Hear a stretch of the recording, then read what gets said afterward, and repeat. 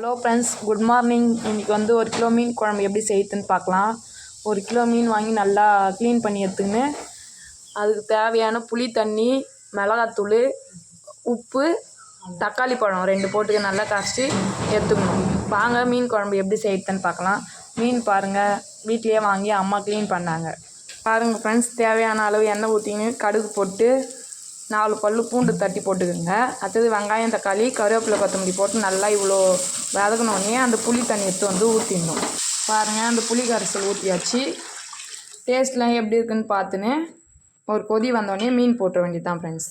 பாருங்கள் ஃப்ரெண்ட்ஸ், நல்லா கொதிக்குது ஃப்ரெண்ட்ஸ். இப்போ வந்து மீன் போட்டுடலாம் ஃப்ரெண்ட்ஸ். பாருங்கள், மீன் எடுத்து போடுறாங்க.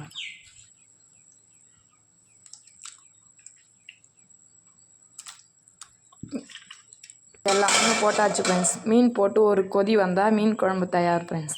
எப்போவுமே வந்து மீன் போட்டு மூடி வைக்கக்கூடாது ஃப்ரெண்ட்ஸ், ஓப்பன்லேயே தான் வைக்கணும் ஃப்ரெண்ட்ஸ். இல்லைனா மீன் வந்து தூளாக போயிடும் ஃப்ரெண்ட்ஸ். அதனால் அப்படியே விட்டு ஒரு கொதி வந்தோடனே நிறுத்தணும் ஃப்ரெண்ட்ஸ். சுவையான மீன் குழம்பு தயார். வாங்க சாப்பிட்லாம்.